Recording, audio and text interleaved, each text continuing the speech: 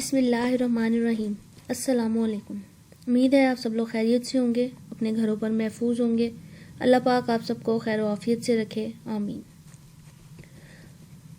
Microbiology and biochemistry, इसमें आज हमारा लेक्चर है बच्चे, लेक्चर नंबर 17। इसके अंदर हम स्टडी कर रहे हैं अपना new chapter, that is chapter number 2 part B. Chapter 2 basically 3 parts पर मुश्तमिल था, आपको बताया था। पहला पार्ट वायरस का है, बैक्टीरिया का है, दूसरा पार्ट वायरस का है और तीसरा पार्ट उसमें है हमारे पास बच्चे फंजाई का। ठीक है, तो इनकी हमने डिटेल जो है वो स्टडी करनी थी। बैक्टीरिया को हमने बहुत डिटेल से डिस्कस किया, हमारे कमिंग जो टेस्ट हैं उसका भी वो पार्ट है। ठीक है, डिटेल हमने उसकी सारी स्टडी की, हमने रिवीजन भी कर ली उस चैप्टर की। अब जो हमारा चैप्टर बच्चे स्टार्ट हो रहा है दैट इज वायरोलॉजी। हमने बैक्टीरियोलॉजी को डिस्कस कर लिया बहुत डिटेल के साथ। अब हमारा टॉपिक ऑफ डिस्कशन होगा virology. Our topic will be virology, which is basically the study of viruses. The study of viruses.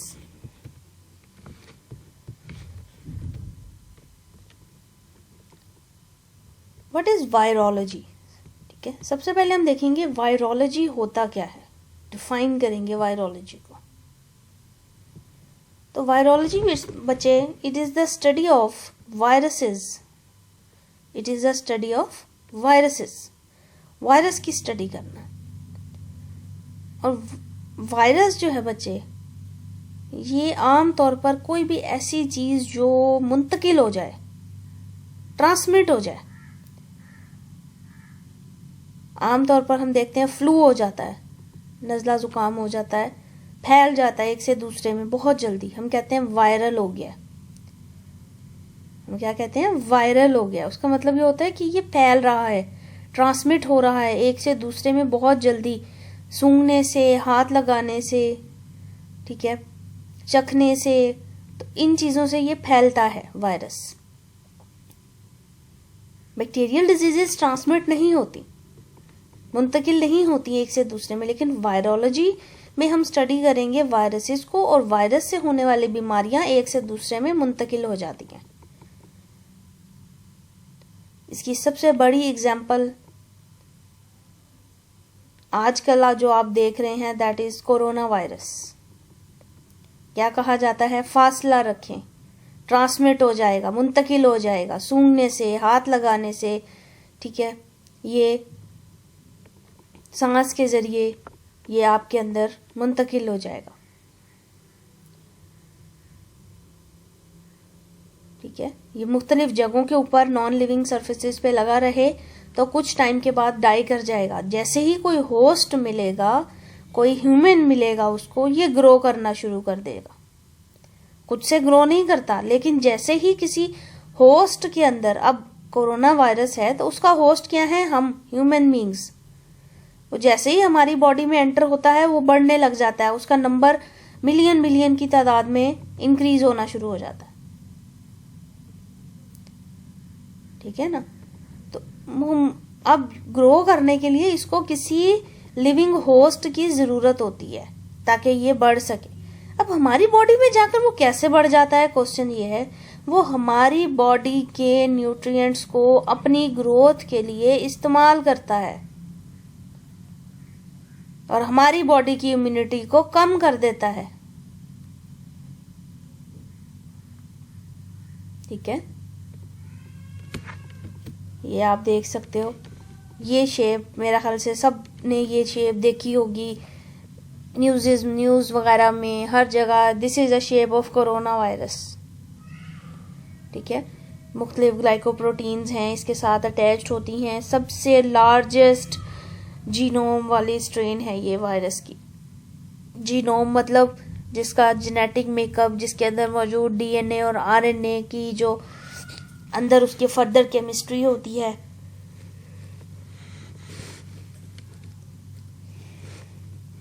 ठीक ठीक है, आमतौर पर ये मुख्तलिफ़ किस्म के वायरसेस हैं। ये स्प्रिंग शेप में भी होते हैं, आइकोसाहेड्रल शेप में भी होते हैं, ठीक है, कॉम्प्लेक्स भी होते हैं जिसकी कोई ख़ास शक्ल नहीं होती, ठीक है। फिर इस तरह से ये आप देख सकते हो, इसके अंदर सिर्फ दो चीज़ें मौजूद होती हैं वायरस में। एक तो इसके अंदर जेनेटिक मेकअप डीएनए या आरएनए, और बाहर इसके एक प्रोटीन कोट होता है, ठीक है। एक कोट इसका कवर होता है और उस कवर को हम कहते हैं ये प्रोटीन से बना हुआ है, और उस कवर के अंदर डीएनए मौजूद होता है। सिंपल सी केमिस्ट्री है इसकी, दो चीज़ें हैं।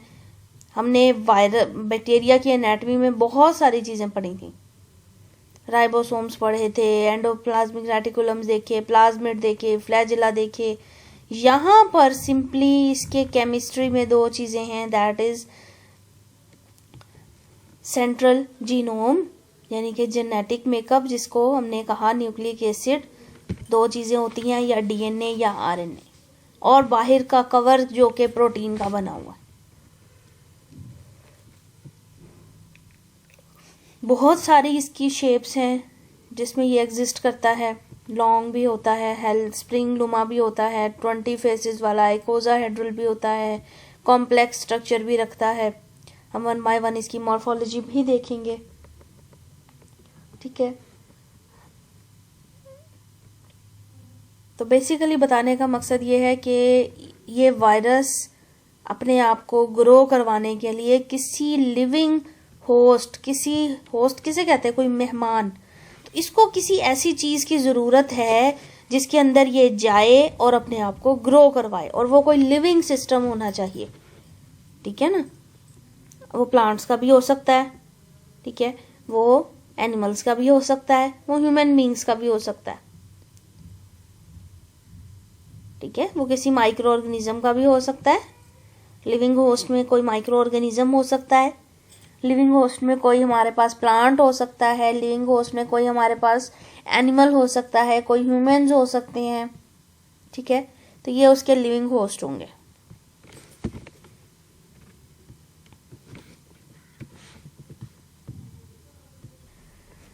ठीक है, now we will study about virus. सबसे पहले हम वायरस के बारे में बताएंगे कि ये क्या होता है बच्चे। It is the word virus is derived from, इसको अखज़ किया गया है, निकाला गया है, कहाँ से, फ्रॉम द लैटिन वर्ड, लातीनी ज़बान का ये लफ्ज़ है जिसमें इसको कहा गया कि it is venom, it is venom, and venom mean poisonous fluid, जहरीला मादा, ठीक है, जहरीला मादा। In past the virus is referred to as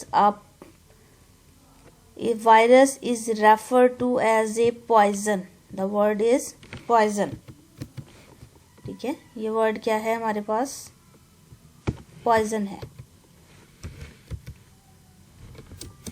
virus is refer to as poison, virus को जहर का नाम दिया गया। क्यों? बिकॉज इट इज एसोसिएटेड, ये जुड़ा हुआ होता है विद डिजीज एंड डेथ, बीमारी और फिर उसके लिए बाद उसकी मौत की वजह, बीमारी की वजह बनता है और डेथ की वजह बनता है, क्योंकि ये एक पॉइजन है। अगर इसको ट्रीट नहीं किया जाता तो, ठीक है, viruses are refer to as poison, इनको पॉइजन का नाम दिया गया। They are most widely used for the synthesis of vaccine. तो वैक्सीन्स के बनाने के लिए इनको बहुत ज़्यादा इस्तेमाल किया गया। They are insensitive to antibiotics. Antibiotics का इन पर कोई असर नहीं होता, एंटीवायरल्स लेने पड़ते हैं इसके लिए हम, ठीक है। एंटीबायोटिक्स जो है वो आमतौर पर बैक्टीरियल डिजीजेस को ट्रीट करने के लिए इस्तेमाल किए जाते हैं, और उसके अंदर हम इनको क्लासीफाई करते हैं एंटी बैक्टीरियल्स के अंदर फिर, ठीक है।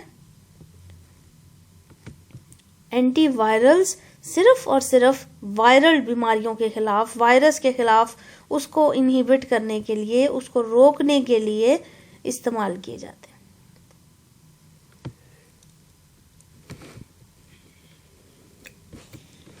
देन इसकी डेफिनेशन है, ठीक है, डेफिनेशन में हमारे पास इसके बच्चे है सबसे पहले they are ultra microscopic. Ultra microscopic, ultra mean very very small in size, very very small in size. Microscope के बगैर हम इन्हें नहीं देख सकते। नॉन सेलुलर, सेलुलर मटेरियल नहीं होता इनमें, साइटोप्लाज्म नहीं है इनमें, एंडोप्लाज्मिक रेटिकुलम्स नहीं है, राइबोसोम्स नहीं है, ठीक है, मुख्तलिफ ऑर्गेनेलिज नहीं है, नॉन सेलुलर है।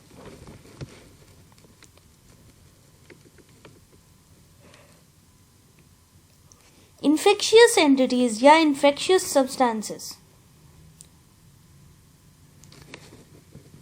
इन्फेक्शियस मतलब डिजीज कॉजिंग, डिजीज कॉजिंग जो बीमारी की वजह बनेंगे, ऐसे एजेंट्स, ऐसी substances which cause diseases, which causes infection.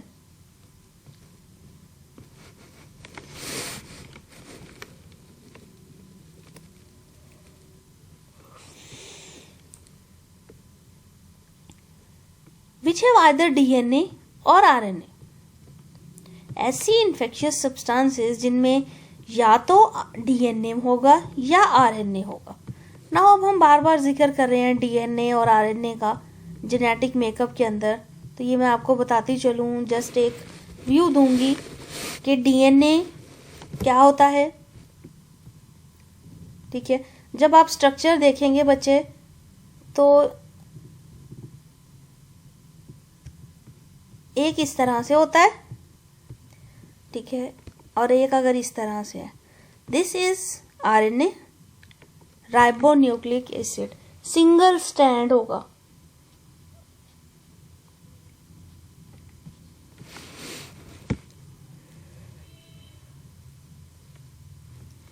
Single stand किस चीज का? न्यूक्लिक एसिड का, न्यूक्लिक एसिड के अंदर मौजूद RNA का, ठीक है। और अगर डबल स्टैंड होगा तो न्यूक्लिक एसिड में हम कहेंगे कि DNA प्रेजेंट है, उस वायरस के न्यूक्लिक एसिड में DNA मौजूद है, डबल स्टैंडर्ड है, जिसके अंदर उसकी सारी इंफॉर्मेशन कॉपी मौजूद है कि इस वायरस ने जब ग्रो करना है तो किस तरह से ग्रो करना है, ठीक है। DNA double standard, RNA single standard. Enclosed, covered, बंद होना, enclosed in a protein coat, protein coat के अंदर एनक्लोज होता है, ठीक है। प्रोटीन कोट के अंदर ये चीज एनक्लोज्ड होती है, बंद होती है, लाइक दिस। इस तरह से एक कोट होगा, प्रोटीन का बना हुआ होगा, ठीक है, उसके अंदर ये बंद होता है, ठीक है। Reproduce inside the living host, अभी आपको बताया है कि किसी लिविंग सिस्टम के अंदर जाकर ये ग्रो करेगा, रिप्रोड्यूस करेगा, फिर उसमें बीमारी की वजह बनेगा, ठीक है। इसमें hepatitis, influenza, small pox, corona virus और बहुत सारी डिजीजेज आप इसके अंदर देख सकते हैं जो कि इसकी वजह से, वायरस की वजह से होती है, ठीक है। अब इसकी डेफिनेशन एक बार और हम देखेंगे, ये आप डायग्राम को देखें पहले। सबसे पहले अल्ट्रा माइक्रोस्कोपिक, ठीक है, माइक्रोस्कोप से नजर आते हैं। नॉन सेलुलर, कोई और सेलुलर स्ट्रक्चर इसके अंदर मौजूद नहीं है, ठीक है। इन्फेक्शियस एजेंट्स हैं, ठीक है, विच हैव DNA, ये आप देख सकते हैं क्लियरली मेंशन है, ये न्यूक्लिक एसिड इसमें भी है, इसमें भी है, ठीक है, ये क्लियरली इसके अंदर मौजूद है। Having nucleic acid either DNA और RNA, enclosed in a protein coat, covered है, ये आप देख सकते हो कवरिंग है बाहर, ये जो ब्लैक नजर आ रहा है आपको, enclosed in a protein coat, यहां पर भी ये आप देख सकते हो ये प्रोटीन कोट मौजूद है, ठीक है, enclosed in a protein coat, ठीक है। एक प्रोटीन का कोट बना हुआ है, उसके अंदर ये मौजूद है, ठीक है। क्यों मौजूद है? क्योंकि इसने बीमारी करनी है और अगर बीमारी का इलाज नहीं किया गया तो ये डेथ की वजह बनेगा। ठीक है, फिर इसके बाद हम चलेंगे, they depend upon the host for growth. Host पे डिपेंड करता है ग्रो करने के लिए। Utilises the host biosynthetic machinery for reproduction.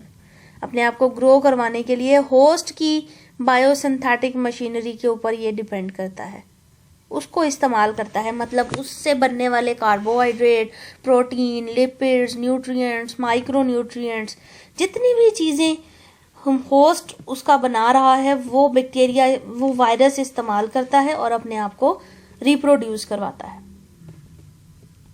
अपने आप को रिप्रोड्यूस करवाता है। वो खुद से वो चीजें नहीं बना सकता, because viruses do not have a biosynthetic machinery. It utilises the host biosynthetic machinery. Host के मेटाबॉलिज्म पर डिपेंड करता है ये। ठीक है, देन इसके बाद हमारे पास है डिस्कवरी ऑफ वायरस। वायरस की डिस्कवरी कैसे हुई, कैसे इजाद हुआ, थोड़ा सा हम इंट्रोडक्शन लेंगे इसका।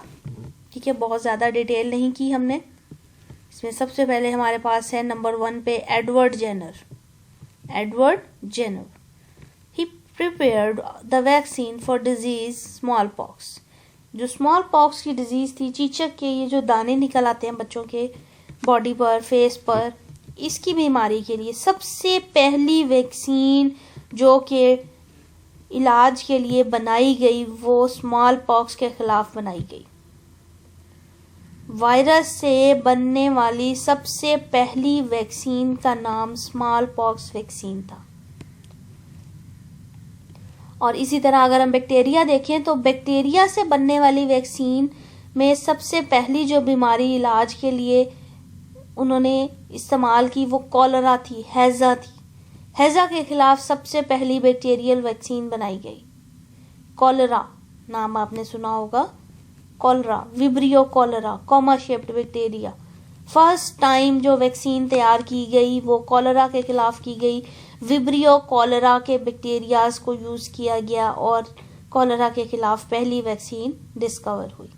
इसी तरह स्मॉल पॉक्स के खिलाफ, यानी virus, small pox virus, small pox की बीमारी थी, वायरस को इस्तेमाल किया गया और पहली वैक्सीन तैयार की गई। कब की गई? इन 1796 में। Then Charles Chamberland. Charles Chamberland, ठीक है, इस स्पेलिंग में थोड़ी मिस्टेक हो गई है। चार्ल्स चैम्बरलैंड, CHAM, ठीक है। He called these infectious agents as filterable viruses. उसने इस infectious agents को नाम दिया filterable viruses का, ठीक है। Then filterable viruses का मतलब क्या है कि इनको आसानी से फिल्टर किया जा सकता है, अलहदा किया जा सकता है, मशीन ऑपरेटर्स का इस्तेमाल करके छान के अलहदा किया जा सकता है इनको, ठीक है। देन लिवानोविस्की, ठीक है। लिवानोविस्की के बारे में क्या है? इन 1892 he said that they cause tobacco mosaic disease in tobacco plant. तंबाकू के पौधे के अंदर ये तंबाकू की बीमारी पैदा करते हैं जो क्या है, कहलाती है तंबाकू। हम उर्दू में इसको तंबाकू पढ़ते हैं, ठीक है। इंग्लिश में जब लिखते हैं टबैको लिखते हैं, टबैको मोज़ाइक डिजीज। क्या नाम है बीमारी का? टबैको मोज़ाइक डिजीज, ठीक है।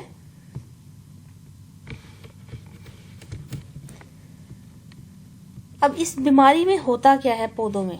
आमतौर पर ये आप देख सकते हो कलर किस तरह से खराब हुआ है, नजर आ रहा है सबको?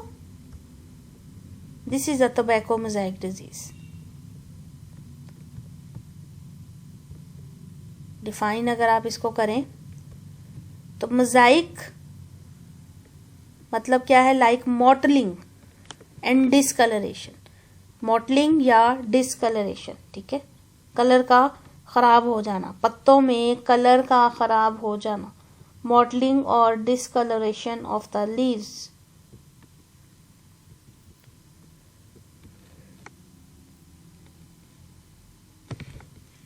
ठीक है।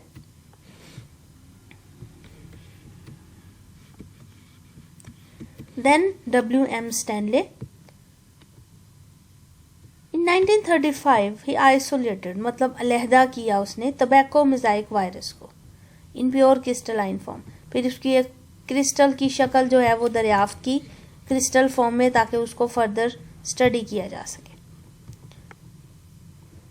He said that the virus have a simple chemical composition. बहुत सिंपल केमिकल कंपोजिशन है। It contain a nucleic acid which may be a DNA or may be a RNA और a protein coat, और एक protein code होगा इसके अंदर। ठीक है, ये दो चीजें इसकी सिमेट्री के अंदर, इसकी केमिकल कंपोजिशन के अंदर मौजूद होती है। ठीक हो गया। तो ये बच्चे वायरस के बारे में थोड़ा सा इंट्रोडक्शन था, इसको आपने अच्छे से नोट डाउन करना है। और टेस्ट जो है बच्चे आपका वो फर्स्ट से जो आपके टेस्ट स्टार्ट हो रहे हैं इंशाल्लाह, उनको आपने अच्छे से तैयार करना है। ठीक है, कोई मसला हो, कुछ समझ में नहीं आया, आप लोग पूछ लें, टेस्ट से पहले क्वेश्चन कर लें। ठीक है, टेस्ट को अच्छे से तैयार करना है। जब चारों टेस्ट आपके कंप्लीट हो जाएंगे, फिर आपने ये चारों के चारों टेस्ट अपने कैंपस में जाकर सबमिट करवाने हैं।